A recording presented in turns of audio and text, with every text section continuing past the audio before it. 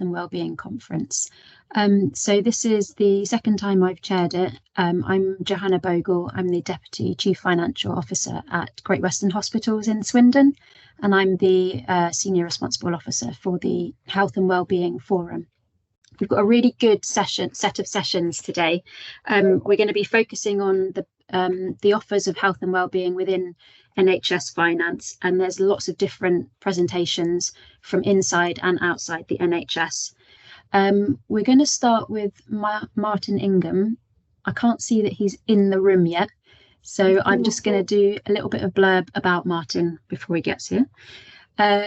So Martin Ingham is the Health and Wellbeing Manager for Growing Occupational Health and Wellbeing Culture Team at NHS England.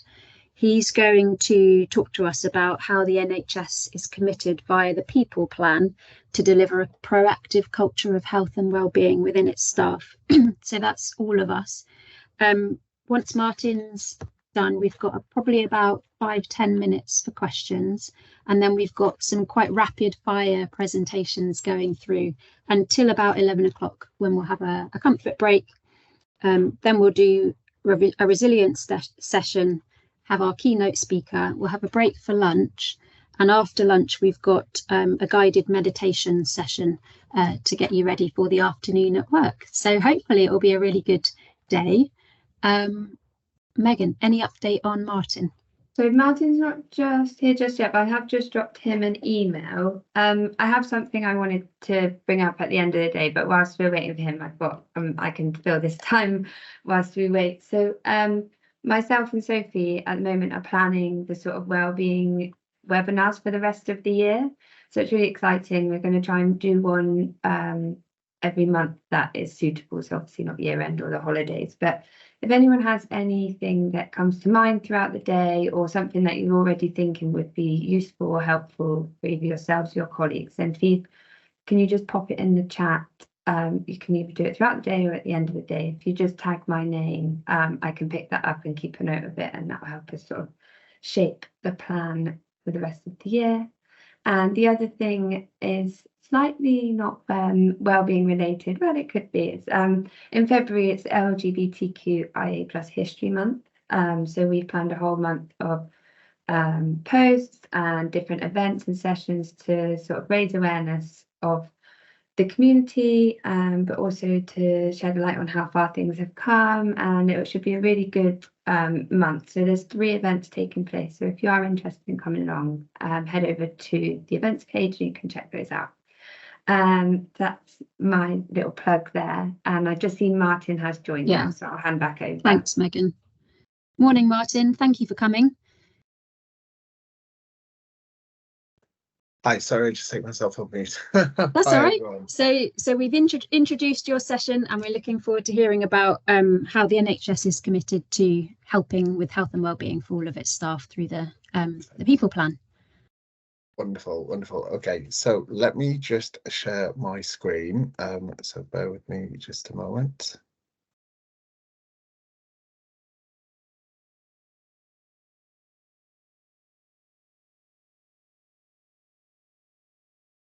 Let me just. Okay, so hi everyone. So my name is Martin Ingham from NHS England, Health and Wellbeing Manager as part of the Growing Occupational Health and Wellbeing Together culture team. Hopefully some of you have heard of that. If you haven't, that's absolutely fine. And hopefully some of what I'll share with you today will be a wonderful refresh, and some of it will be a introduction for others too. So just wanted to set the scene really by talking about how ultimately health and wellbeing for all of us is really, really important, and looking after our NHS people is essential to how we perform, how we deliver the future of the NHS as well. And I just want to remind us that everyone that's on this call today as well, you too are really, really essential and important, and your health and wellbeing matters too. You will be supporting other people that support other people that ultimately support patients, whether you're patient facing yourself or not.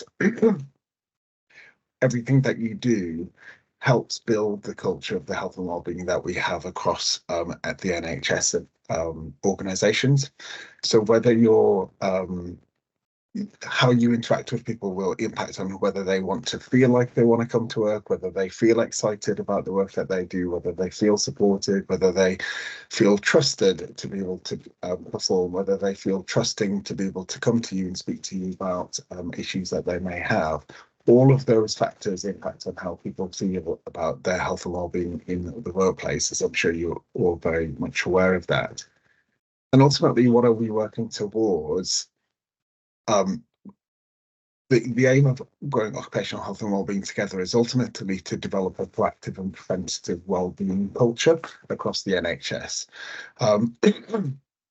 Historically, the health and wellbeing culture across the NHS will be very, very different and varied across different organisations. Some very, very proactive, some much more reactive.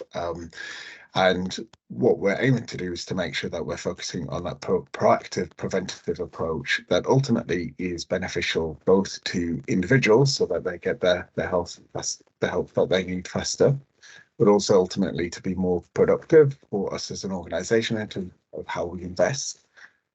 Surely it obviously makes sense that the quicker that we support people, the more cost effective it is as well in terms of the investment that it takes to get people to where they need and want to be best performing. The Growing Occupational Health and Wellbeing Together strategy. So hopefully some of you have heard of this. If you haven't, that's okay. So this is a 5-year NHS strategy to ultimately enhance the way that we approach occupational health and wellbeing. I'm going to take you through some of the details around what this involves and what this means for the NHS and what this might mean for you in terms of how you can support and embed this across the NHS too. But ultimately, just first of all, I just wanted to reflect a little bit first and think about, well, what is wellbeing? What is health and wellbeing? And did a little bit of a Google search in terms of what does that mean in terms of how people perceive health and wellbeing. And this is one of the first images that I just grabbed off Google around health and wellbeing. And I think it's fairly representative of how a lot of people may perceive health and wellbeing as something that's quite ethereal, something that's quite calm and collective. And whilst that might be great and that might be true in certain elements, there is also a fundamental real importance behind health and wellbeing in terms of how each of us perform, how each of us as an organisation collectively deliver the services that we need to deliver across the NHS. And ultimately, health and wellbeing is anything that enables our people to reach their potential. So that could be some of those ethereal things such as meditation, mindfulness, which all have great value and all have their place. Or it might be something much more practical. It might be the quality of the relationship that you have with your boss. It might be the support and equipment that you have to be able to fulfill your role. It might be the environment in which you work, whether it's conducive to making you feel good and perform in a safe and healthy way. So ultimately, health and wellbeing is more than just what sometimes people can visually imagine it to be, and can be a lot more practical and is anything that enables our people to fulfill and reach their full potential. On the flip side of health and wellbeing, there's also the occupational health element. And again, I did a bit of a Google search, and this is one of the first images that came up. I'm not sure whether this fully represents occupational health. I would kind of challenge that a little bit, but I guess it gives the illustration that occupational health is often seen as a bit more of that clinical arm, so that they're providing support, providing people to be able to do their work equally as well. I think we need to own up to the fact that both for health and wellbeing and occupational health, sometimes there is a bit of an image issue, and some people on this call, people that you work with in your organizations, may have their own ideas, experiences of how occupational health is and what its purpose is to do. But ultimately, it has a positive purpose to help support and maintain the well-being of employees, to prevent and remove ill health. So ultimately, what's the aim of the Growing Occupational Health and Wellbeing Together strategy? This is trying to bring together both of the professions from occupational health, along with health and wellbeing, into one proactive culture with multidisciplinary professionals.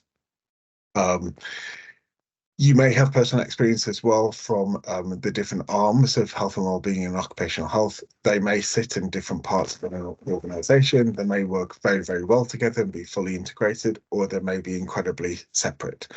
All of these things impact on how the employee, how all of us experience the support that we receive. So what's that employee experience through this journey of health and wellbeing and occupational health?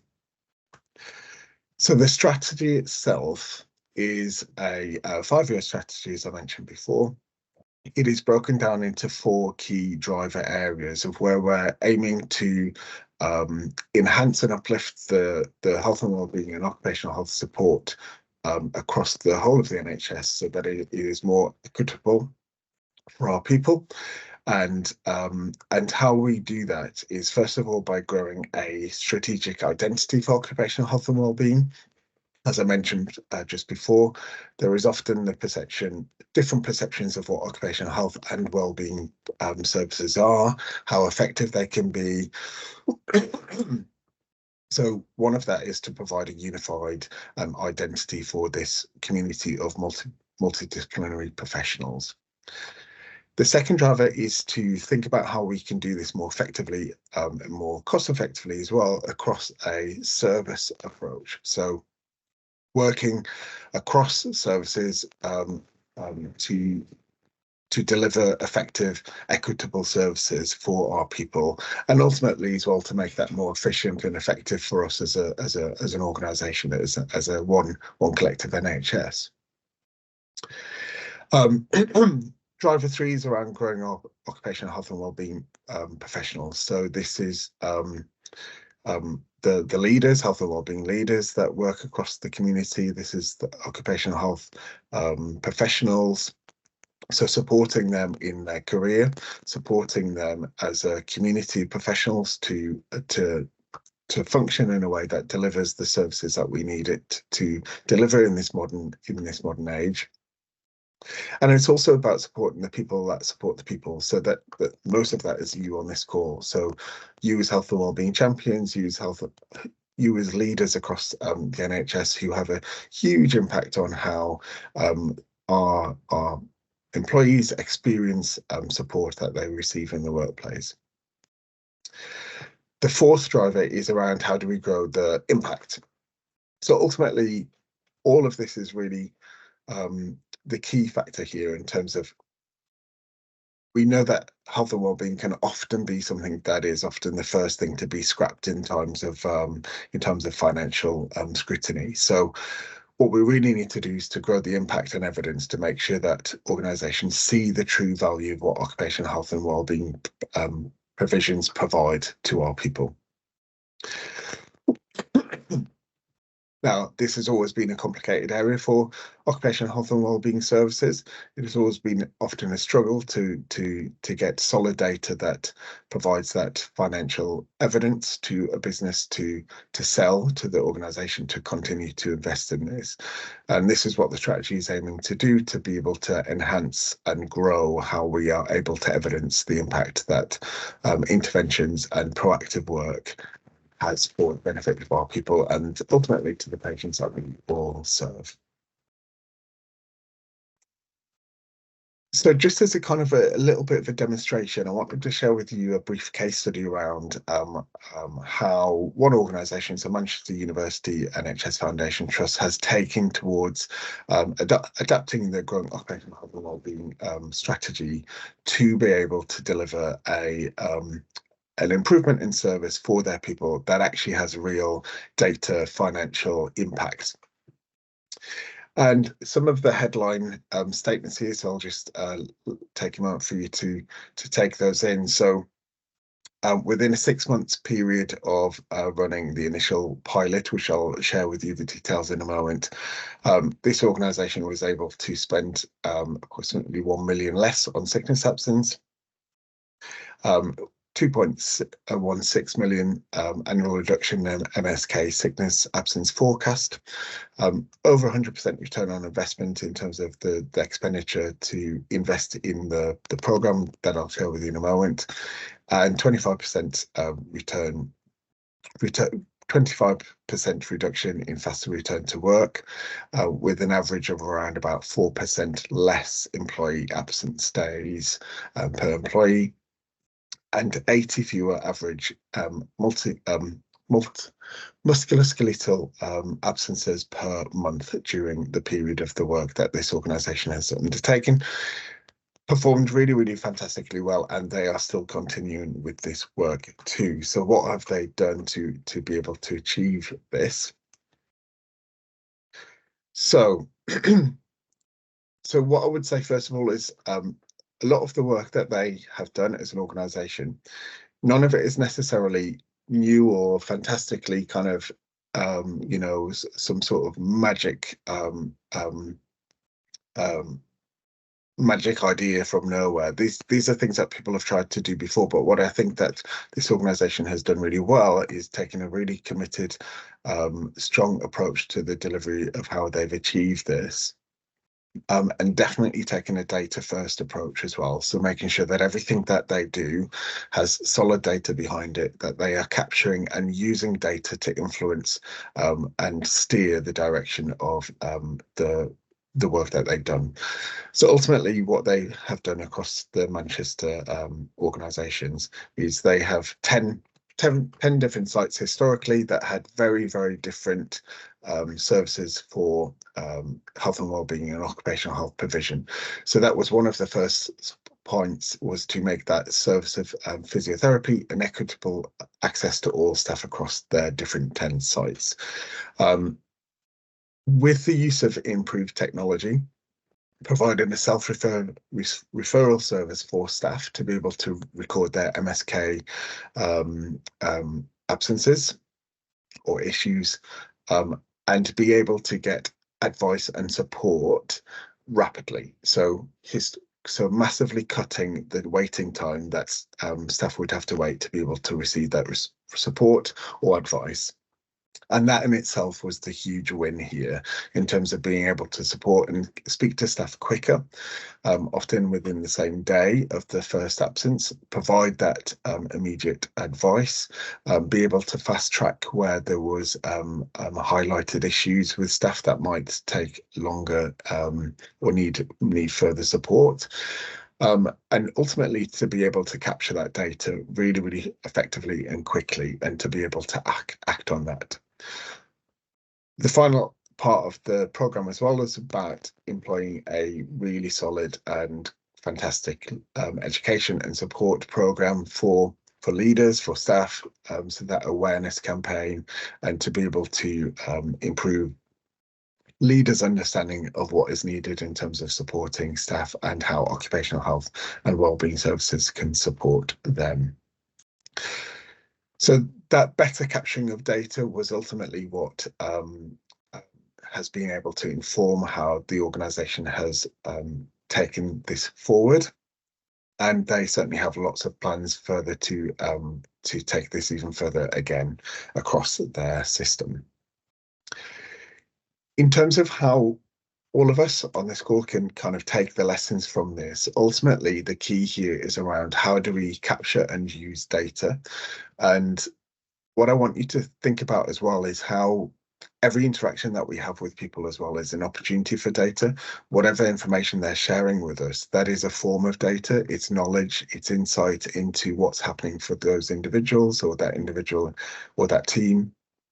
And many of the factors that impact on how our people experience health and wellbeing in the workplace come down to many of these 7 key elements here, which make up the NHS Health and Wellbeing framework. So hopefully this will be a reminder for many of you If not, I will share links afterwards of the framework, and you can take a look for yourself. So from a lot of the research that went into developing this framework, these 7 key driver elements here make up the key factors that we know impact on our people's health and well-being. So whether that's the professional wellbeing support they receive, so the occupational health and wellbeing services that are available in their organisation, which across organisations can be, across NHS organisations can be very different. Data insights, how do we capitalise on the data that we have around our staff and what their needs are, their true needs are, and not just our assumptions of what we think that they need. The environment in which people work and function, how that uplifts them, how that drives them, how that supports them to have a healthy and safe environment in which to work. The managers and leaders in which they engage with, whether that is conducive to a really positive, uplifting employee experience. And ultimately, these elements around managers, fulfillment at work, relationships. This is nothing new, I'm sure, to many of you, but it's a reminder to all of us to really think about, you know, ultimately we're supporting people. People are complex and have emotional needs, and that's really, really important that we think about what gives people fulfillment work. How do we engage them? How do we set a vision and a story that makes them want to be excited about the work that they do? How do we provide relationships where people feel connected and valued, and it uplifts their soul in terms of coming to work and having a fantastic experience, and ultimately improving personal health and well-being as well. So having the resources and information available for people to take personal proactive action too. So in terms of the NHS Health and Wellbeing framework, hopefully again some of this will be familiar to some of you on the call. There is a diagnostic tool that supports the framework too, that organisations can take a look at and actively engage with their staff and stakeholders to complete a very detailed spreadsheet which covers the different 7 different areas. Ultimately, that feeds into then be able to give you graphics around and information around what are your key strength areas across the organisation, what are the areas that you may want to target investment to improve. I recognise that this diagnostic tool is quite lengthy. It definitely takes time and investment in terms of people's commitment and feedback to be able to develop it. It is absolutely essential in order to be able to make solid decisions going forward about how we support the health and well-being of our people. With all of the organisations that we engage with across NHS England that are doing well in this space, it is often those organisations that are using this diagnostic tool on a very regular basis. This is something that is living and breathing within their culture of occupational health and wellbeing services, that they are regularly reviewing this and seeing what is the voice of the people, what is that what are the needs of our people, and how are we responding to that. I recognise that can feel overwhelming, that diagnostic tool at times. There is other resources too, which I'd like to signpost you to as well, which is the Team Health and Wellbeing Guide. So this is a bit more of a user-friendly, practical tools and exercises for anyone to be able to use. You can use this as if you're a leader with your team. Equally, you don't need to be a leader. Anyone can pick up the different ranges. There's many different guides actually. It's not just one guide. It's actually a range of different guides that make up the collection. Anyone can pick this up and be able to look at any of the exercises and be able to either do that personally, so use that tool for you personally, or to share it with your team and do it as a group exercise. And that helps you to be able to get a quick and easy way of getting insight into what is the needs of the people, getting a temperature check of what's the culture of health and wellbeing in your team at that time, and what are some of the key issues that you need to respond to. Just one of the many things that's within those collection of guides is Health and Wellbeing Conversations, which I'm sure a lot of you have heard of on this call. And it's just a reminder here around the key elements here to make Health and Wellbeing Conversations really come to life is how are we listening with fascination? How are we truly connecting with our colleagues, with our people in a way that is true connection, that it isn't just a transactional conversation, that it is where we're relevant, that we're empathizing with each other, that we're truly understanding the needs of what our people need, whether that's individually or collectively from a team or organizational level.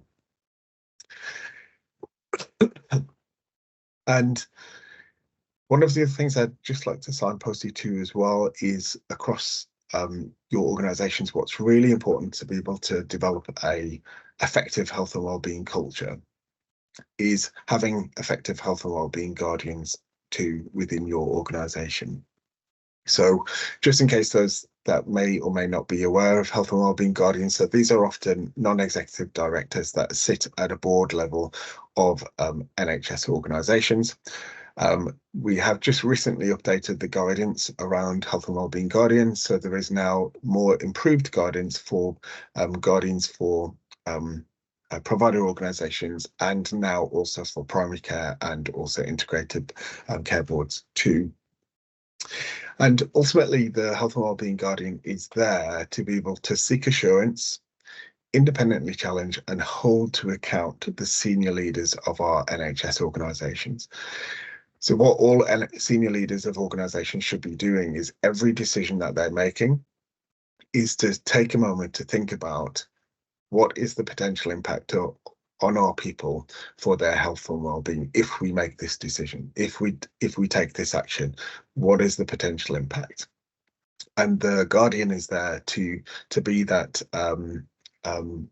critical friend, to be able to make sure that the senior leaders of organisations are having those conversations, are making those considerations when they are taking action. Some of you on this call may be in the room when those conversations are happening, others may not. Either way, being able to feed into your health and wellbeing guardian what is happening within your organisation is a real key to success. The best way to be able to do that, because health and wellbeing guardians often have very limited time, is to be able to feed information into your health and wellbeing leads for your organisation. And they hopefully will have a really successful relationship, an honest and open relationship with their guardian, and share that information with them, who can then have those challenging discussions with board. So there is a huge range of resources that are available from NHS England. So the strategy, which I mentioned before, the framework diagnostic, the team guide, guardians, which hopefully will be in your organisations already, health and wellbeing conversations, health and wellbeing champions, which I'm sure there's many on the call today, and also one that's in development at the moment, which is around occupational health directory services. So this is a guide to be able to give to organisations to make sure that their occupational health provision is meeting the legal requirements that is expected for all our organisations, and also setting some aspirational standards to be able to grow occupational health services that deliver for our people's needs. Just to kind of summarise on a few final points in terms of what you and each and every one of you on this call has a really, really impactful duty, is to be able to signpost to people when you hear that they are in need, to be able to take that proactive spotting gaze to see where people may need support as early as possible. Remember that there is the national provision as well across NHS England, as well as whatever your individual organisations provide. Dialogue with the board, whether that's you directly, if you're in that senior position to be able to do that, or whether you're feeding in information to your health and wellbeing lead, who can have that relationship with the guardian, and to be able to hold your organisations to account, to ask those questions about how often are we reviewing the health and wellbeing framework, what is happening in terms of growing our health and wellbeing resources and services. How do we know that these resources and services are what our people actually need? What's the evidence to say that this is what our people have asked for and that this is going to deliver against the needs that they require? So arrange different questions for different people at different levels there in terms of be able to hold your organisation to account. Recognise that's a bit of a whistle-stop tour of many of the services across NHS England, and really thank you for listening. And I hope that the rest of your session today will be fantastic and inspiring to all of you, and happy to take any questions that anyone may have. Thanks, Martin. That was a really good opening for our conference, and a really timely reminder of all of those 7 domains of the Health and Wellbeing Charter, excellent signposting, and a nudge back to the evidence basis of trying to make change happen, as well as our responsibility as leaders and members of the organisation to hold ourselves and our leaders to account. So thank you. Just got time for 1 or 2 questions, if that's okay. So one from the chat: what advice can you give for data collection and insights when the team or the organisation is small? So thinking down to sort of 10 to 100 people. Great question, and I am not going to pretend that there's an easy answer. So the answer to that will be very different for each organisation, and I think it really depends on what systems you have in place already. And I think it is also about thinking differently about what does data look like. So often the challenge is that, and particularly finance, and this is prone today, finance want to see those hard figures around cost savings or etc. And where true data often lies is in those conversational what's the words left my mind now, but that conversational data. So conversations with people, Bill, that is often with organizations that we interact with that are doing really well in this space. It's those that take feedback from staff really seriously. So to be able to take that, the word has left my mind, but I hope you know what I mean. It's like the connections with people, isn't it? You mentioned the connections being really important. Yes, so that data from staff is really powerful. So being able to take that seriously and collect it in a way that you then can gain enough of, that's the right word, qualitative. Thank you so much. Thank you. I don't know why that word has left my mind. Qualitative data, where you can collect that in a way that then becomes meaningful and powerful to board. But it is a really difficult thing. I will be really open and honest with you that in terms of the data aspect and evidence-based work, we are very much at the start of this journey in terms of the strategy. So hopefully in a year or 2, I'll be able to come back and give you much more of a clearer direction and more information. But absolutely, I recognise the challenge. I personally was head of health and wellbeing before in an ambulance service trust. I absolutely know how challenging that can be. So I really do hear that frustration, and apologies that I can't give you a super quick and easy answer to that. That's great, thank you. I did see a hand up. It was Gail. Do you still have a question? No, it was me trying to say thank you and wave like a clap, but I pressed the wrong button. Sorry. Okay, in that case, Martin, I'm going to leave it there. So thank you so much for opening our conference. That was brilliant. Feel free to stay around. Thank you. Thanks. So our next speaker is actually Gail. So Gail's coming to talk to us about the proactive steps that MIAA has taken to prevent burnout. So I'm handing over to you. Thank you. Great. Get back to our first slide. Thanks so much, Joanna, and hopefully you can all hear me and see my screen now. So it's lovely to be here. I think it's been really great to listen to Martin first as well, because a lot of that resonates, I think, with my experience of working in MIA. I've been here just a year, so that is part of, I guess, the reason why coming in fresh to an organisation, I had lots of questions and wanted to know a lot about what the data was telling me about our staff when I came into post. So a tiny bit about us. I won't talk a lot about us. I recognise we've got time to get through, and you've got a lot on the agenda, which is great. I think the bottom section really is my most important bit. So just a bit about us. So we live and work across the Northwest, so the 117 people, I've put around 120 there, as obviously rounding up for the finance people. Working hybrid, mainly 2 days at home and the rest in either offices or clients across the whole of the Northwest. Really well established and documented flexible working scheme, which is brilliant, because obviously and that's usually from day one of employment. So that's really good because that allows the staff to support themselves from day one.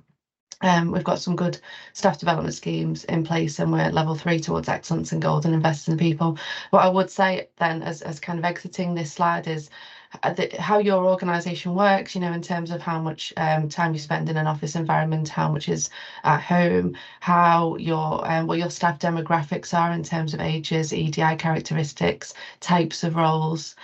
All of that has an impact on what potentially you can do, or what you could look at doing in terms of stress and burnout, because obviously there are different stresses from different ways of working that might impact. So I think probably the first step is trying to identify which things that you do as an organisation or as a team potentially contribute to greater stress, or potentially have result in less stress. Obviously our flexible working scheme, we know, supports staff from day one, so it does seek to reduce staff. So it's just it's a snapshot for this, because obviously this is the basis under which we've done our work on looking at burnout, and a lot of the examples are great and probably can be adopted by you all, but I would urge you to start with where you are and what your organisation or team does, and then think about it from that perspective as well. So as I say, when I joined in November 2022, so just over a year ago, I was getting access to lots of information, so seeing the sickness data regularly, looking at the staff survey data, although the responses at that time were very low. Because we're a hosted part of Liverpool hospitals, I think it was hard for us to connect into our host body, but we've done a lot of work in that, and the response rate has massively increased in 2023. So really positive about that, because the staff survey is a really great source of data, as long as you can get a good enough response rate that you can get some of that data back by team. And that's been a focus for me in 2023, and we have achieved that response rate increase, which will allow me to get that when we get the data in a couple of months' time.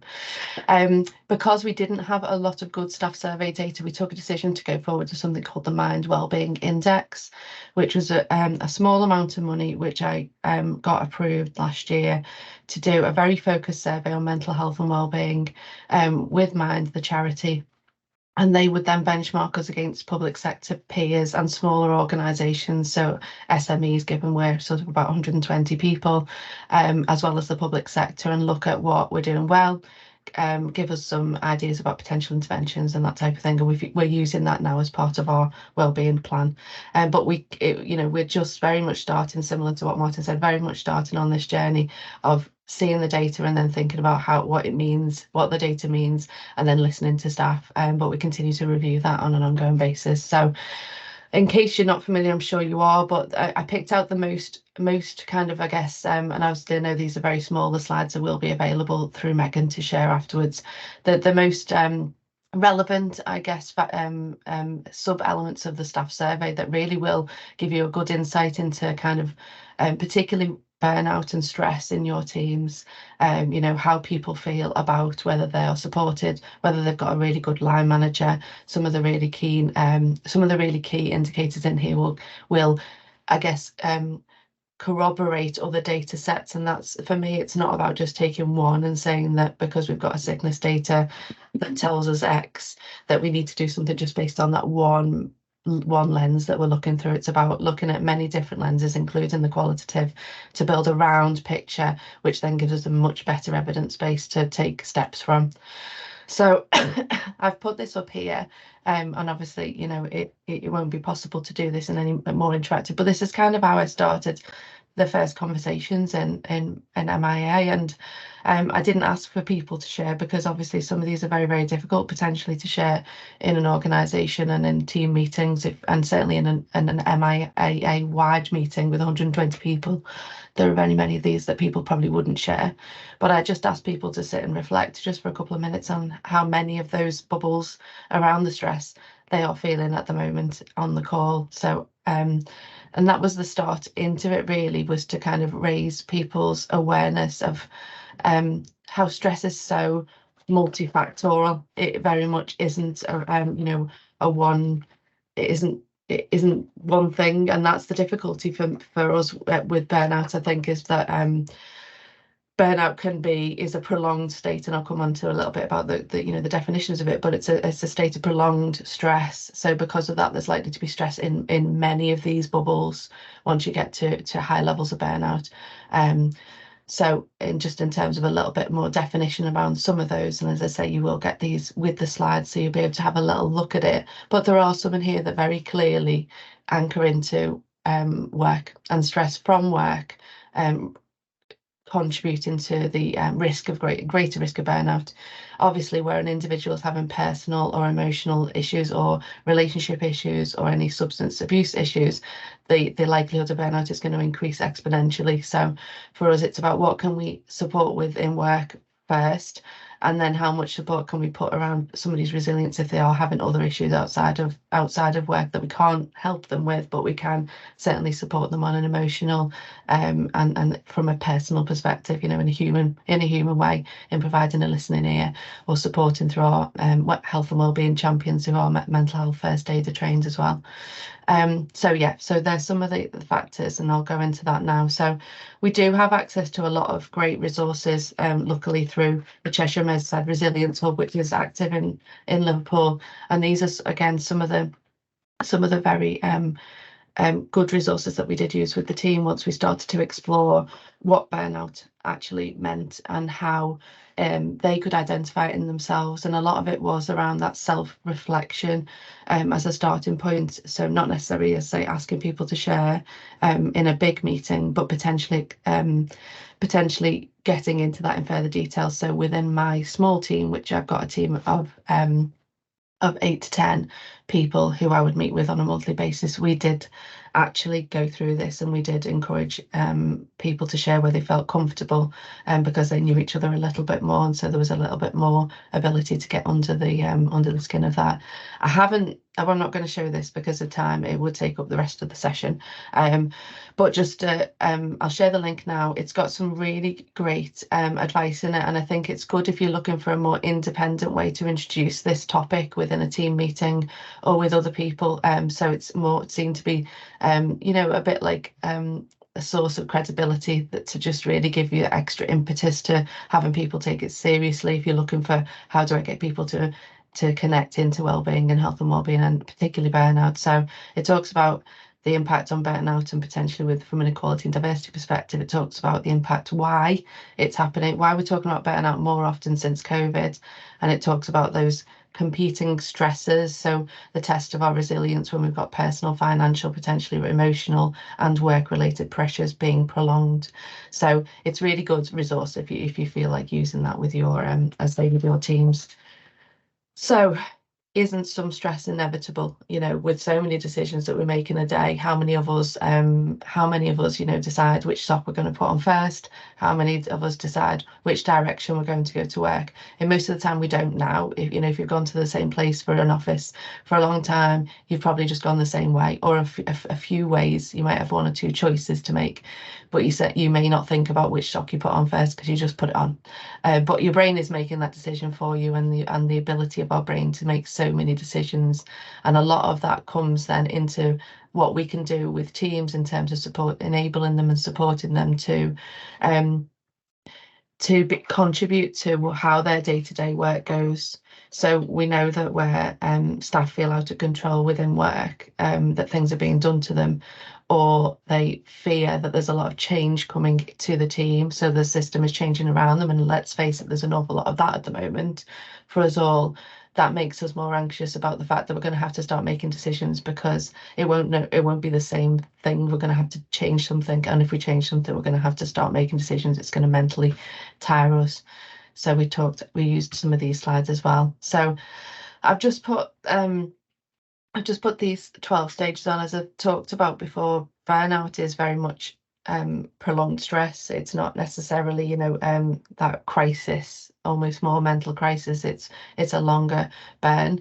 Obviously, there isn't a particular timescale you can put on it, but there are some stages that are well known. And for me, again, we shared this, and I asked people to consider what stage they were on personally, without, you know, share if they felt they were able to or not.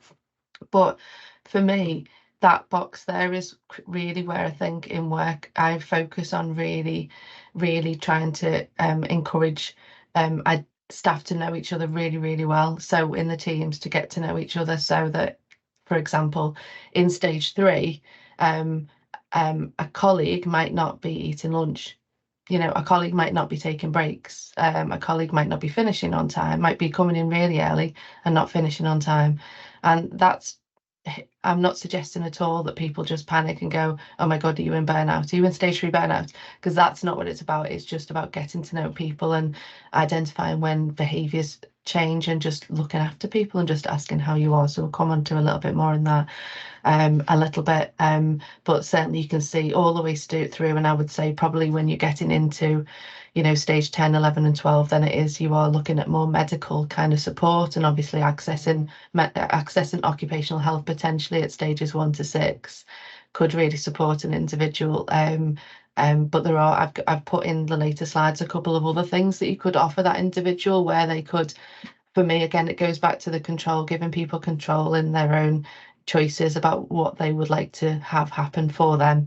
Because if you kind of try and impose something on somebody, then obviously that makes it more stressful for them, because they don't know what's going to happen. Whereas if you give them some choices about what would this work, would this work, would this work, they can make a choice that's more informed for them. So I've got some examples in some later slides.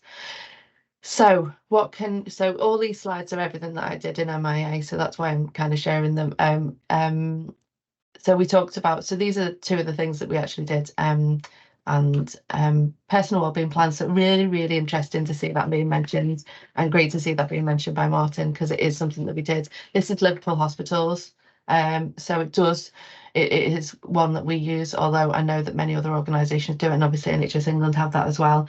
It does cover those very practical things as well. So occupational health, DSE, you know, display screen assessments for risk assessments for, you know, better musculoskeletal health, chairs and everything like that. So it's, and obviously, and anything else related to EDI in terms of reasonable adjustments in terms of, you know, from eyesight, disability, hearing, or any other you know, things that are causing stress to the individual. And we find that really useful to do that wellbeing plan. Obviously sometimes that comes alongside the flexible working agreement as well, particularly if the individual has got caring responsibilities and they feel like actually their manager needs to know that they are going to need to maybe be very available for a child with a disability or special educational needs. Wellness, if your organisation doesn't, then Mind have a great action plan that you can access freely. So I've just put that resource in there because obviously I know that from the Mind Wellbeing Index. So you know, I don't consider that all stresses is something we can support within work, but definitely work-related stress is I take that very my responsibility as director of operations, because it is where we can contribute and support people, and if they are having stress at our home that we can't necessarily solve for them or give them, you know, good outcomes to, that we are doing as much as possible in work to support them. So there's, again, just some of the tips that we talked about. You know, I think it's challenging when you have a more home-based work model, because obviously some of these things you can't necessarily identify as quickly, and if people don't have cameras on or for other reasons, it's very difficult to feel like you've seen your team members on a regular basis, and really thinking then about, okay, so how will I reassure myself as a manager that my staff are coping well and are managing well? And you'll have to think about maybe a bit more proactivity around the wellbeing action plan, or or something like that on a more regular basis, because you won't physically see people. I think when you see people in an office, it's quite clear, it's quite easy to identify small changes in behaviour. This one is really key, and this is something obviously you can adopt for any virtual meeting as well. But I think the key with the check-in is you might have to ask more than once, how are you? Because people do that English thing where you go, how are you? Yeah, I'm fine. And it's it's just that as an automatic response, isn't it? But actually when you kind of ask again or ask in a different way, and once you start asking and people know that you want to listen and you want to take it seriously, they will kind of grow in that. I still use on a scale of 1 to 10, how do you feel today, in terms of, and if somebody says, I'm a 6 today, I kind of ask them about how might you get to a 7? Is there anything I can do to help you get to a 7 by the end of the day? So do those very practical things that are maybe a little bit easier than how are you? Because sometimes that's really difficult, and particularly if you are having being in stress at the moment, being asked how you are, can be quite a hard thing to explain. So I've added in the check in, check out, and tune out kind of tool that we use at Luft, Liverpool Hospitals, which is our host body. So it just gives you a couple of things that you could use as kind of anchors for each of those check-ins. So as well as a how are you could talk about what we're doing today. Are there any worries or concerns? Does anybody need anything? Checking out, basically reflecting and looking after and making sure people did take breaks, even if they were doing something really busy. And then at the end, and if it's been a particularly challenging period, planning, month end, any of those really big kind of high profile, really stressful events, maybe considering adding a tune out every now and again. And maybe that's on a Friday, or maybe that's at the end of the day if it's a deadline day, just to kind of talk about what you're doing this evening. You're going to get some chance to recuperate, you're going to get some chance to relax. And again, people don't need, this isn't about spying or being nosy into people's personal lives. It's just a reminder that we care about people in a human basis, and we're not expecting a person to leave the front door and become an automatic work robot. We are expecting that same person who is at home to be the person who's in work, because that's what we all are. And so it's just providing that support to say it's okay to switch off tonight, it's okay to not check your emails tonight, please don't. Those type of things, reinforce that. And then I think I'm nearly catching up, so I should be on time. But extreme stress risk assessment was the next thing. Just let the cat in because he's scratching the carpet. That's causing me stress. So this was really useful because we did this as a team when we knew that some change was coming for our team, and we sat down. And there's a template that will come with the slides that Megan will share. But this allows you to really allows team members to escalate the things that they're really worried about, and for a senior person in the team to take responsibility for it off the team, so they can just get on with their job. So one of the things was that my team were worried about some work that was being done in another team, and it meant, what's it going to mean for my team if they do that over there? Is it going to make things easier or better for me or worse? And we were having, and nobody knew the answer. It was something that, so we're just trying to chunk it up into what could we do? Well, we could communicate. What could we do? We could plan. We could keep in touch. So we just put some really quick ideas into this, and then set a risk rating in and said, if we did these, it might reduce the risk of us feeling stressed about this change. So particularly good if you're going through change, and looks at saying to them as well, I'm not going to be able to reduce all the stress that comes out of it, because change is stressful. But what we can do is I can take responsibility for doing some things that might just manage that stress down to a manageable level for you, because change, some stress is actually positive. It's when it gets to excess, and that's just the second part that summarizes the actions, timescales, and who's responsible for it. But as I say, those slides are coming. And then last couple of slides is, these are the things that I mentioned. These might be really useful if you're in that early stage of saying to somebody, I've noticed that you're not having lunch, I've noticed that you kind of cameras off, you're not having lunch, and you feel you look a little bit distant, and I'm a bit worried about you. Is everything okay? These are some of the things that anybody can access. They're on ESR. You just have to search in My Learning, HFMA. They're the bite-sized courses that have been made available since COVID by HFMA. self-management, confidence and resilience in managing conflict. So if a member of staff said, I'm just really struggling with that person in the team, I really just don't know how to work with them, that, you know, it's really worrying me because I feel like I'm really, you know, angry at them, or I don't understand why they want to kind of do this or that and the other. They just might give people an ability to learn on their own in their own way, think about their own issue and apply it to some learning, and feel like they're in control of doing something about it. And even just that step, even if it, you know, it won't necessarily solve it, because there might be something that you can take away around that individual or the other person as part of that, you know, as part of that stress. But certainly for the person who's giving you that concern, you can direct them to something. So finally, I think I picked this up through CIPD, which is another source of great resource, because obviously it's the Chartered Institute of Personnel Development.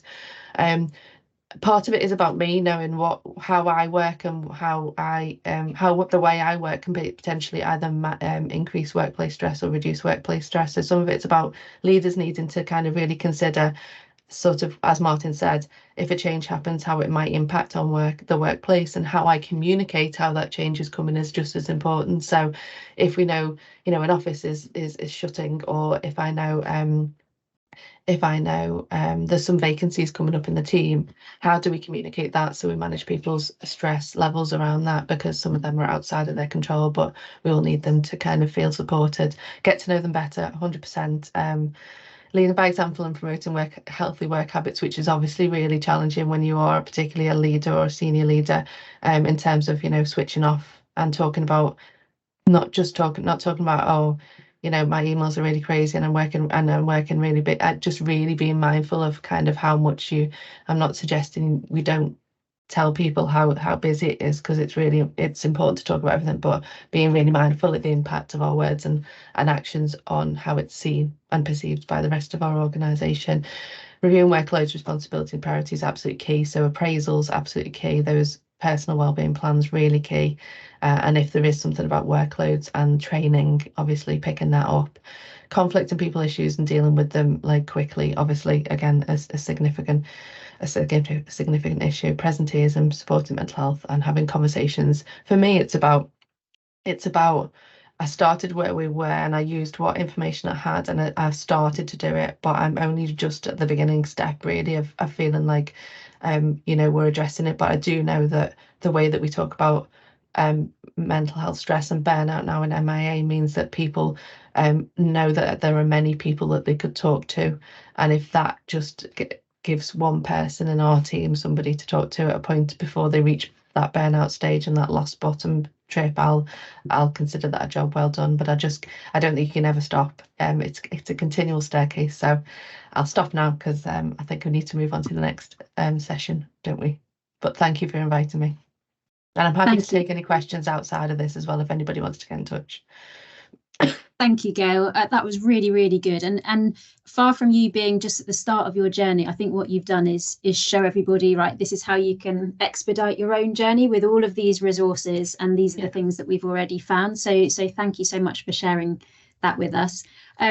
We've got a couple of comments and a question, if that's okay. So there's some talk about stress. So finding a parking space before your day even starts can sometimes be the worst way to start your day. Online meetings where you don't get that chance to breathe between flicking from one Teams meeting to another. Really, really nice comment from Radia. The how are you really has been a game changer. So adding it again the second time, so it really gives the other person an opportunity to reflect and answer honestly on that. So one question, do you think that working from home increases the risk of burnout?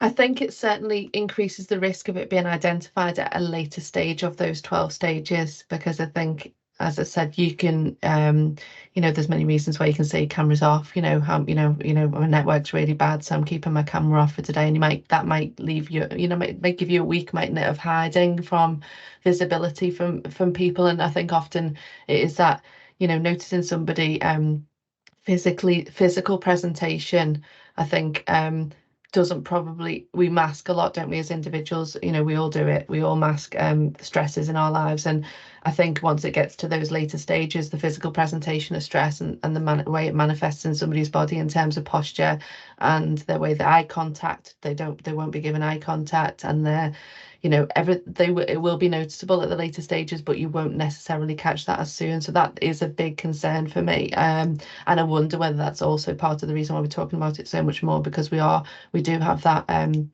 But so it is just, yeah, so it does risk it. And I think then you've got to think about how do you create conditions to, and as I say, you might just need to be more proactive with one-to-one personal wellbeing plans where you say, the expectation is the camera will be on, or you say, can we catch up somewhere else? Can the manager go to somewhere close to the individual's home and a coffee shop or somewhere that's safe, a safe space where you could meet up face to face a bit, like even like, every couple of months.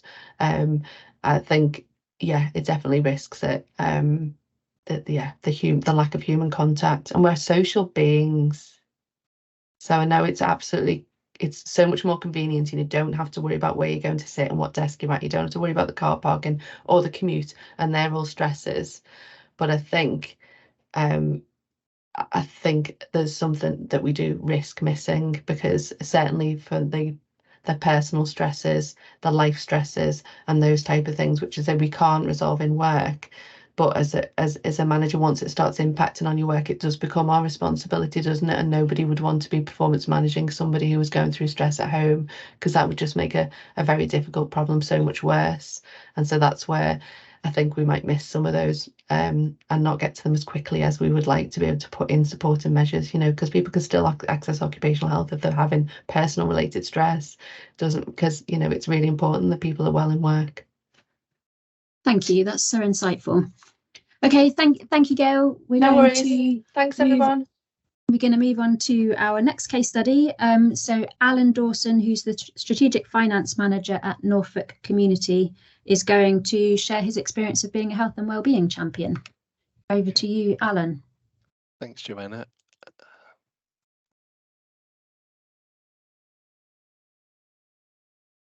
Right, can everybody see those slides? Yep, thank you. Yeah, brilliant. Okay. So good morning, everybody. I'll start by saying thank you for giving me the opportunity to share the work we've been doing on health and wellbeing at Norfolk Community Health and Care. My name's Alan Dawson. I work as a Strategic Finance Manager and also a health and wellbeing champion.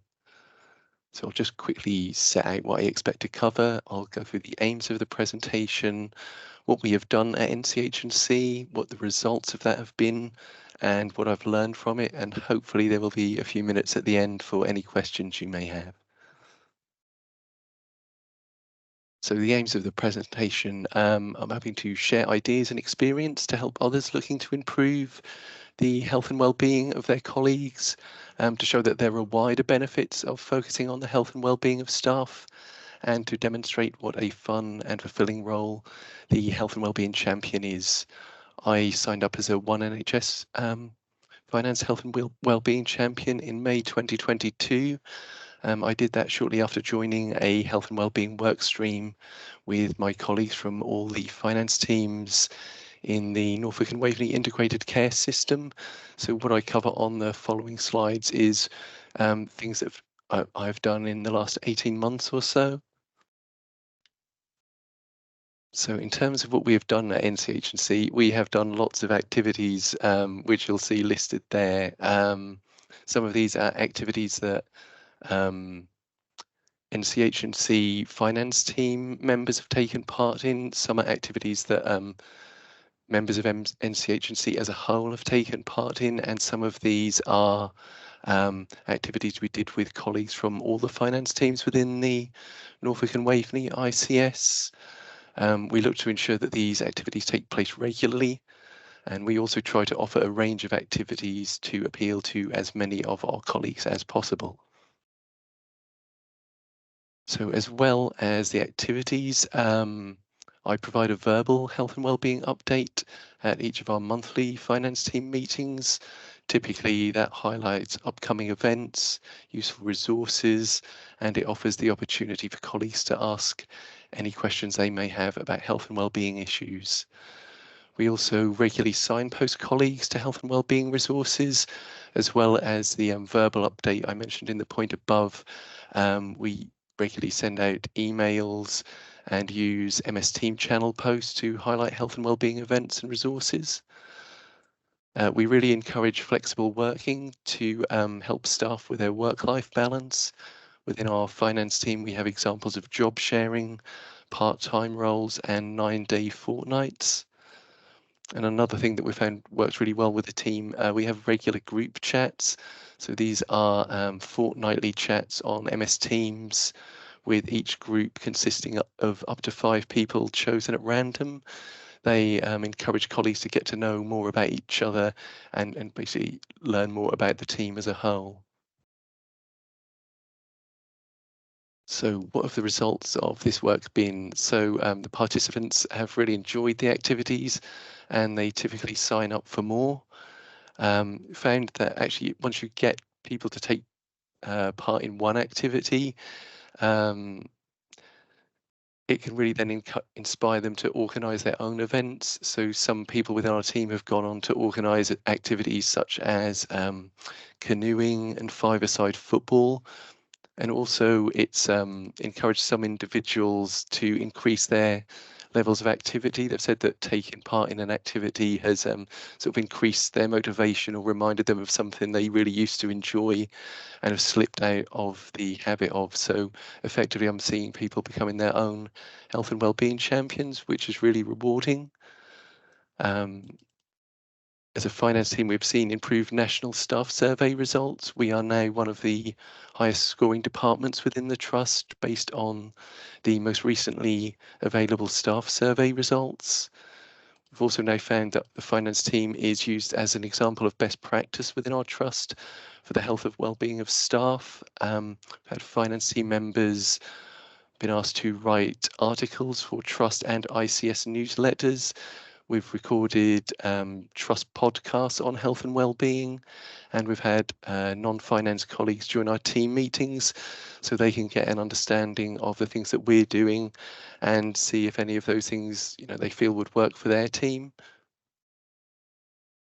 Another important result is that I feel we've seen improved relations with colleagues within the trust and the ICS. So for example, we did an activity table tennis, which brought together colleagues from several different finance teams within the Norfolk and Waveney ICS. Many of us had not met before, so we've now created connections which help us to share knowledge and resolve issues. And then another example is we organised a game of rounders, which colleagues from across NCH&C took part in, including directors, clinicians, and colleagues from other support services. So that has led to people forming connections with other colleagues at all levels and a range of teams within the trust.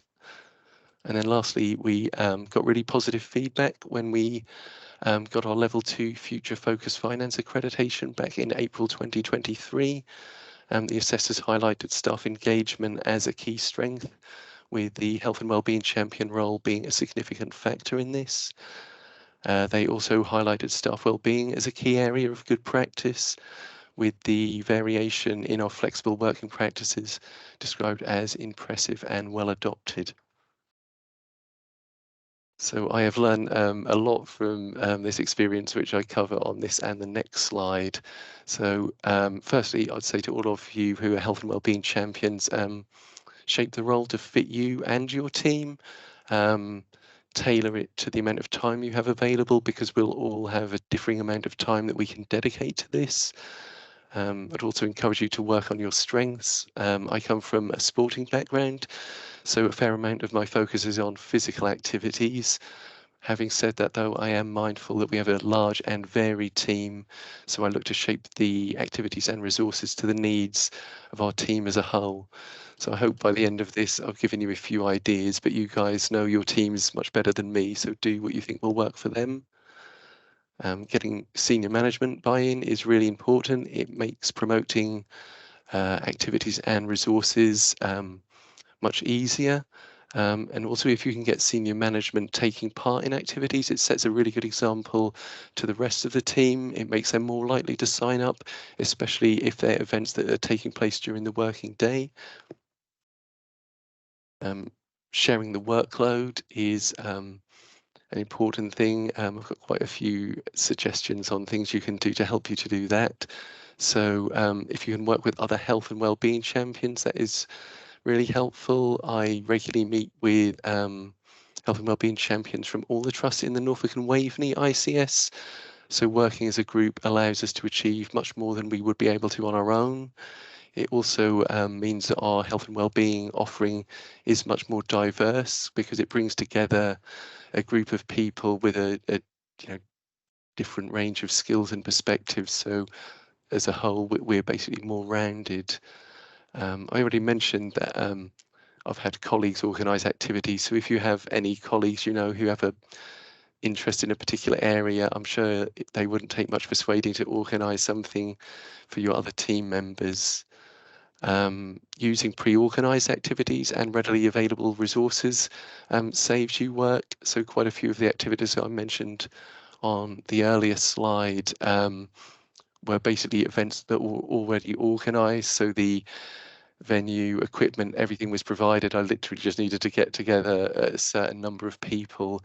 And also there is lots of readily available resources out there, a lot of which we've seen highlighted on the presentations already. And the last thing on sharing the workload is identify the key influencers in your team. I generally find if you can get 2, 3, 4 key individuals within your team to buy into an idea, they then normally influence the people around them. So you get a much greater buy-in from the team. And the last point on this slide is an important one. Be persistent. It can be really difficult to get people to engage. My advice is to keep trying and consider anything that you do that helps at least one person as a success. Catching people at the right time is also important. If you have resources that you think are really useful, don't be afraid to keep highlighting them, because someone might only engage with them when they feel they really need them.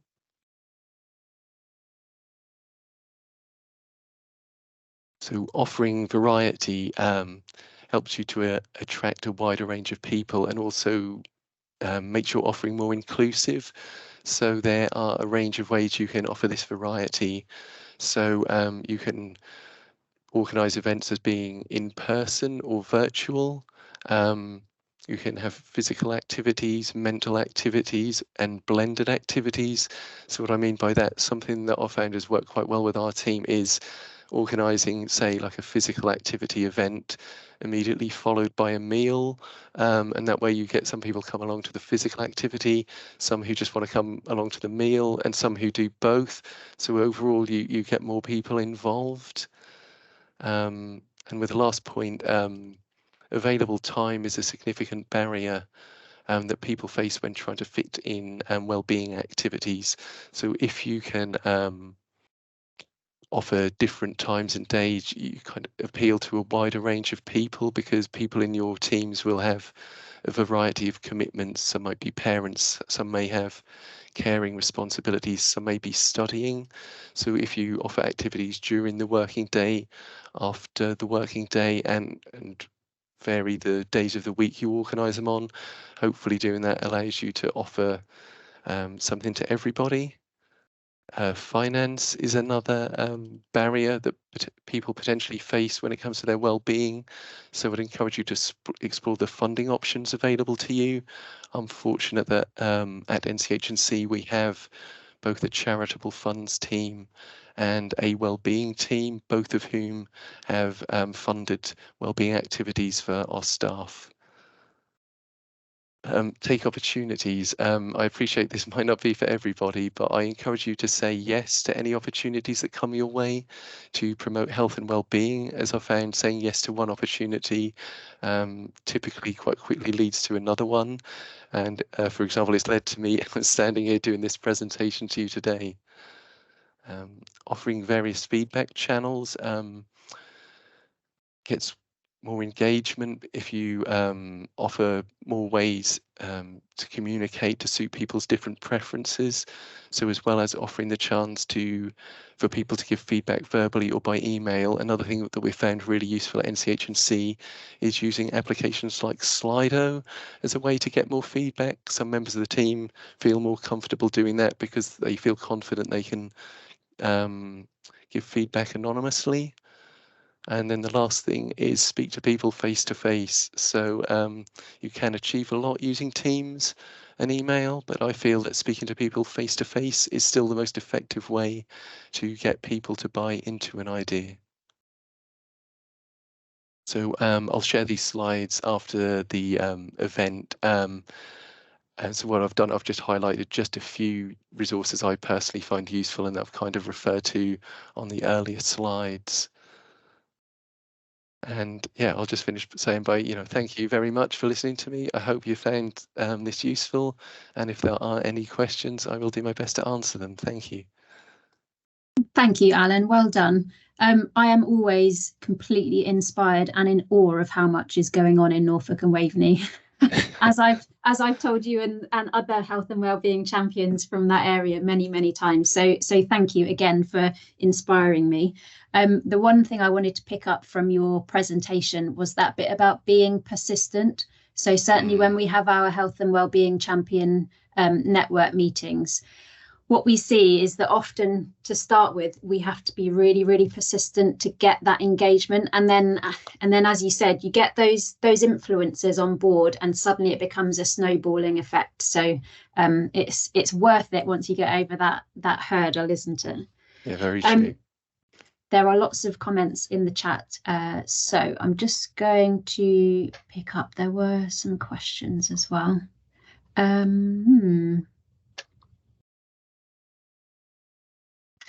How do you encourage engagement with teams when the ICS is in such a process of change and uncertainty? Have you been able to carry that on? Well, we meet as an ICS, so basically we meet pretty much monthly as a group of health and wellbeing champions. So yeah, so sometimes not everyone can attend, but we meet pretty regularly, and it's a bit like you said in that there can be a snowballing effect. So sometimes you might find it one or two trusts who are, and I know there's some in our region who are, facing challenges, but sometimes going to the meetings can be really inspiring because you may feel that within your trust you've struggled to get buy-in. But if you hear, somewhere else something is going really well, that sometimes just adds a bit more wind to your sails, and it can just sort of help. By being a group, you basically just take inspiration and motivation from each other, so that can sort of carry you through if your particular trust is having a challenging time, or you just feel that you're trying a lot but you don't seem to be getting anywhere. Yeah. I think you've just summed up your presentation is that inspiration bit. There are so many comments going on in the chat about how you've inspired them to do new things, and there's also some additional ideas in there of which I will be stealing a couple myself. So thank you so much, Alan. Really good presentation. Right, we've got one more of our sessions before the break. This is on the Health and Wellbeing Cafe, and Graham Holmes and Donna Briggs are going to be talking about this. This was one of their innovations that they submitted for the Finance Innovation Forum. So over to you. Thank you. Morning, everyone. Hope you can all see us. We're all in a big room down the bottom of our screen anyway. So I'm Karen White, Senior Category Manager within Procurement. I've met some of you before on the networking events. So I'm just going to talk to you just a little bit of introduction about health and wellbeing at UHL. We're health and wellbeing ambassadors for the Finance and Procurement Department at UHL. And we're here to talk to you about the journey we've had in creating our Health and Wellbeing Cafe. As I say, the team around me, I'll be introducing, we're going around the room and each person will focus on a different area within that journey.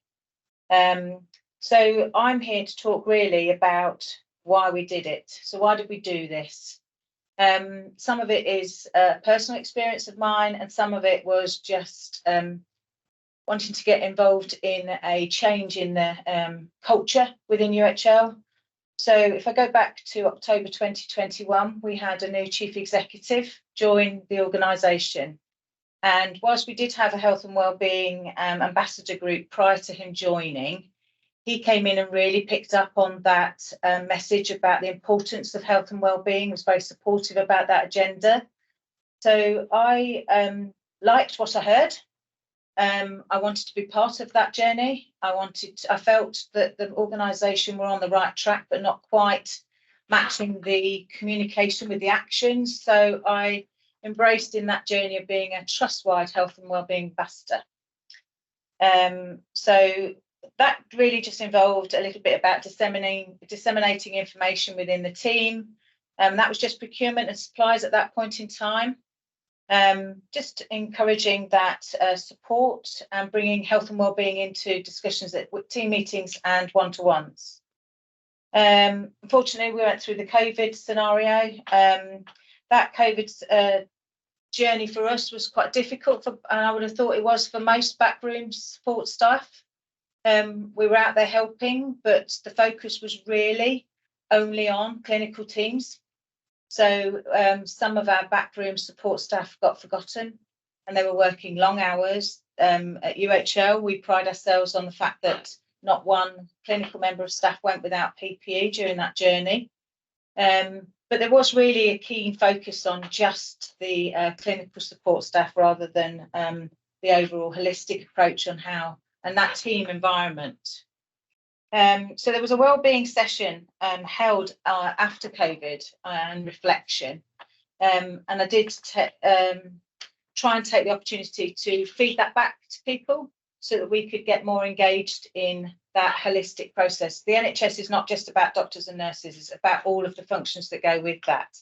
And that was really well supported. And at that point in time, I went through this personal journey with my son. My son is coming up to 20, but he was that year group that went to school doing his GCSEs and all of a sudden was sent home from school and had to, at that point, not that we knew it, didn't return. So he very, very quickly sort of spiraled into quite a deep depression. And I think, in all honesty, on reflection, had a bit of a breakdown, and which was not him. You know, he was a social animal. He didn't do those sorts of things. He was very much somebody who liked being out and about. So his world came tumbling down for him as a 16-year-old. And I tried to help him. And I think most colleagues would say about me, if they were asked to describe me, I showed strength rather than vulnerability. But at that point, I didn't realise how vulnerable I was and how I was struggling. And so I couldn't really help him. And we had an engagement event within finance and procurement, and I asked for help. I thought, if I'm vulnerable, how many other people in the directorate are feeling the same as me or worse? And what could we do to help them? So we had a finance and procurement engagement event, which we hold monthly, and I asked for volunteers. And my colleagues that sat in this room today, I'd like to say that they embraced the journey. I'm not quite sure if I was to ask them to reflect on that, how bumpy that journey's been, but they joined me. And we've now got a team of 6 health and wellbeing ambassadors for the finance and procurement directorate. So that's a little bit about why we did it. I'm going to move on to my colleague Donna, and she's going to be talking about developing the idea. Thank you. Morning everyone, I'm Donna Briggs. I'm the Deputy Director of Finance for Staff Development at UHL. So following on from what Karen shared with you, I met with Karen after that engagement event to work through how we could develop the idea, and in all honesty, we really didn't know what to do. We had no idea what people wanted. We didn't know what was going to work. It's a subject that people need to feel comfortable to be able to talk and open up and ask for support, and we just weren't sure what sort of forum would be best for that. We wanted to make sure the directorate's 200 staff, so we wanted to maximise engagement. So anyone that wanted to be part of this, we wanted to provide a forum where we could get up to 200 people there. But actually that was really difficult. Some people were working at home, some were working in UHL offices, some were doing hybrid. We weren't quite sure if we booked a massive room and only half a dozen turned up, that would feel wrong. Again, if we booked a smaller room and loads turned up. So we had lots and lots of to-ing and fro-ing around what it should look like and how we could sort of maximise engagement, maximise attendance. And then I started talking to Karen about a support group that I joined for a personal reason to do with my daughter. And I was really worried about joining this support group. But actually, once I got the details through, it was virtual. So it meant I didn't have to rock up in a room with people I didn't know, talking about things that I was uncomfortable about. It was literally, I could log on, and in the back of my mind, I was like, and I'm going to log off if I don't like it, if I'm uncomfortable. I could put my camera on or off. I could ask questions. I could offer advice.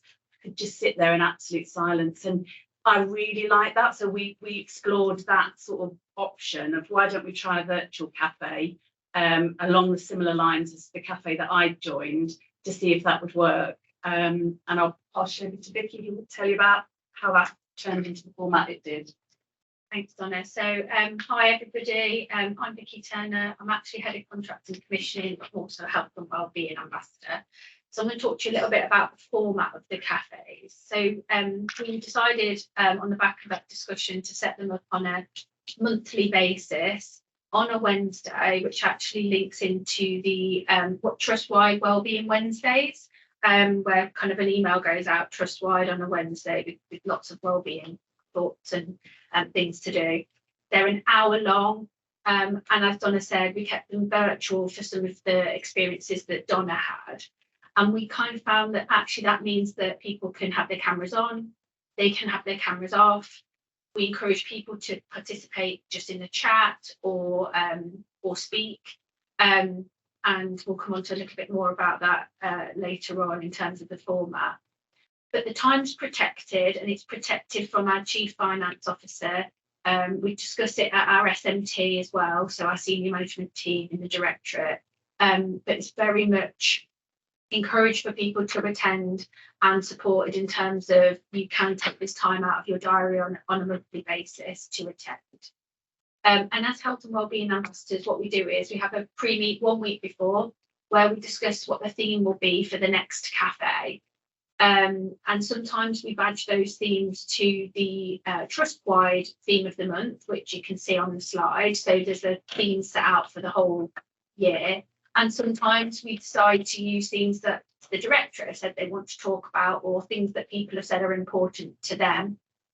And what we've done through that process is decide that sometimes we actually need experts and we actually need support from others. So we've set up, for example, some staff want to talk about bereavement, and we pulled in some experts from across the trust and had a specific session that was chaired by our CFO with some input from different people.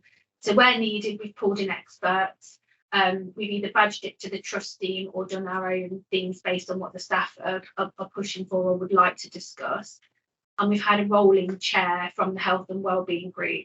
So what we do is in that pre-meet, we decide who'll be the chair for the next meeting. We actually sometimes refer to them as host, because actually the point of the chair is to facilitate open discussion in the group. And we encourage it to be a safe space, but we know it's not confidential because obviously the whole entire directorate will be there. And the chat can then be seen by anybody in the directorate, but we do encourage people to speak as openly as they feel safe to do so. So I'll pass you on to Jenny to a little bit more about the cafes. Hi, I'm Jenny Jones. I'm a Deputy Costing Lead. So I'm going to talk to you about how we engage with the participants on the cafe and also how we communicate to the rest of the directorate about wellbeing. So as a group, we decided it would be really useful to start each cafe with a question, just to get people thinking about a particular subject, help us to start the conversation. It also helps the host frame the discussion. But also when we have that pre-meet a week before, we try and think about what people might want from the session, but actually asking a question at the beginning helps us sort of gauge the interest in specific areas of the topic that maybe we might not have anticipated. So sort of example of question we might ask would be on our sleep cafe. We asked, what stops you from getting a good night's sleep? We use a website called Menti to ask the question. It's a free website. So we ask the question on the website, and then the participants can log on with a specific code and give their responses. Their responses are anonymous. There's various options on Menti as to how to ask that question. You can do polls and multiple choice, but we choose to use a word cloud, which means it's free text, so people can put in what they want, and the website pulls together all those responses into a word cloud, and the most popular responses come through in larger font, so you can see what's more popular.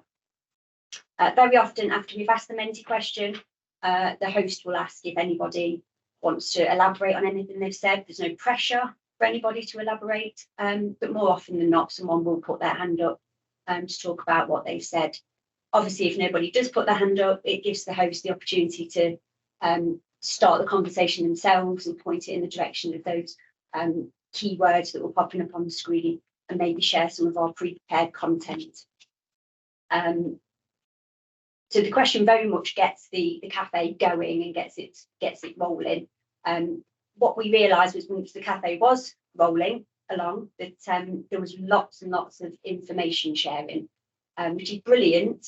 But what we didn't want was the participants to feel that they had to sit there and make notes of everything. We want people to be relaxed and engaged and listening.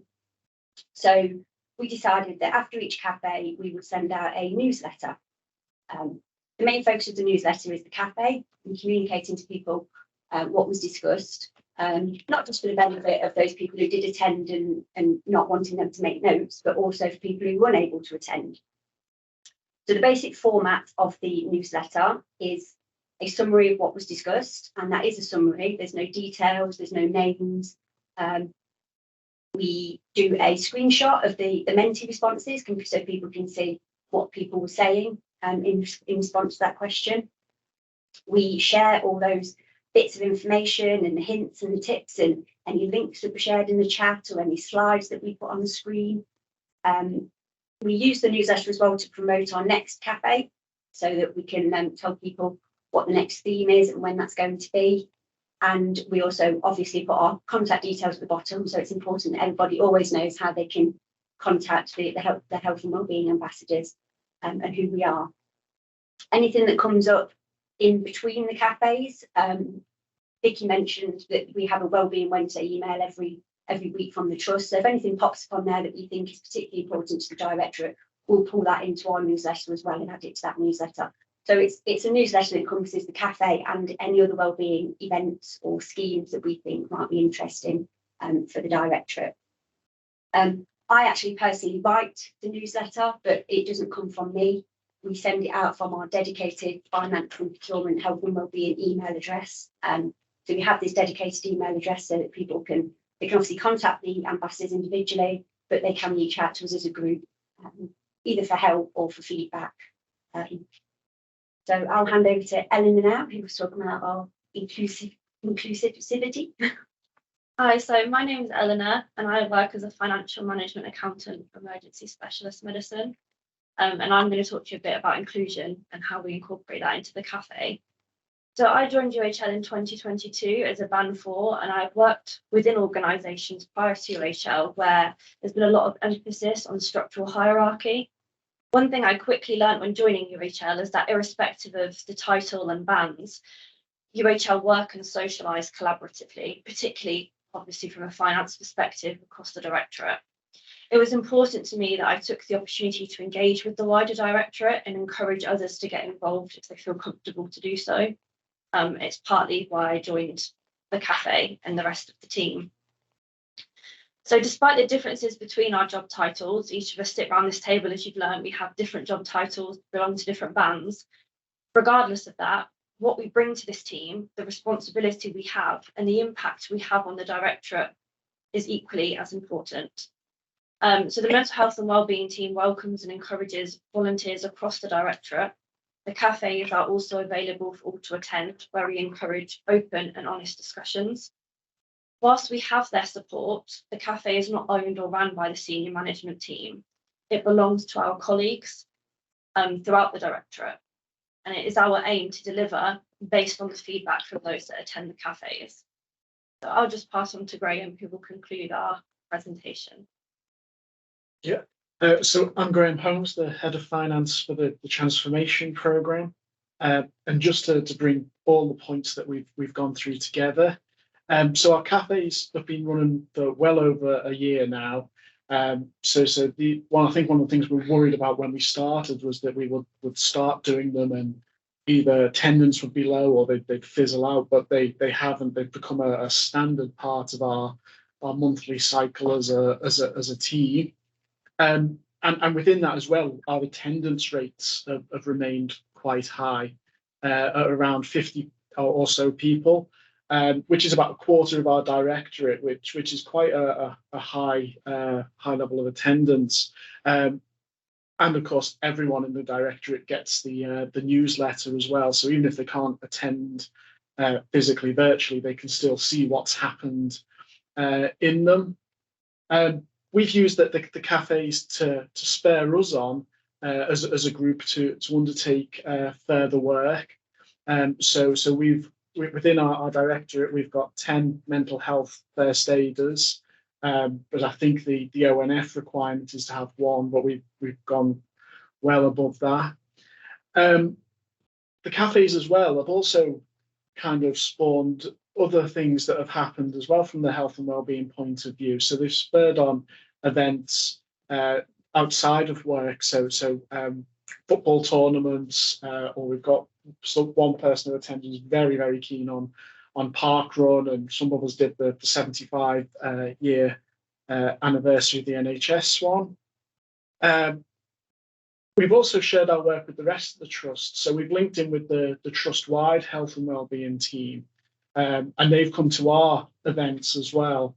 And that's really given us an opportunity to share what we're doing with our nursing and medical colleagues. And we talk to colleagues in wards who are trying to do a similar kind of thing, and that they can come and bounce ideas off us and see how we can move forward together. But I think one of the important points to finish on is that our journey towards excellence and how these cafes are run never really ends, and we're always looking for ways to improve them and make them different. So we ask for feedback on how they're run. We ask for what topics would people like to cover, just in case that the trust-wide one isn't appropriate to us or doesn't fit. So we're always looking to change how we work and how we can always make them better. And then I'm conscious this will go out when the slides are shared with everyone at the end, but please feel free to come and talk to us about anything. We're an open book. So yeah, just drop us any questions. We put all our emails on there, including the health and wellbeing team one. And if anyone wants just to read our innovation, I've put the link to the library on there. But yeah, thank you for listening to us. Thank you so much. What a great innovation. There's lots of positive comments coming through in the chat around that. I just wanted to pick up, there's been a few questions around the logistics of it. Did you say it's a monthly on a Wednesday at lunchtime and it's virtual? It's in the morning on a Wednesday, so it's normally kind of 9:30. But yeah, it's always runs on a Wednesday monthly and it's on Teams. Okay. Have you tried with different times and formats, or is that one that just seems to have worked?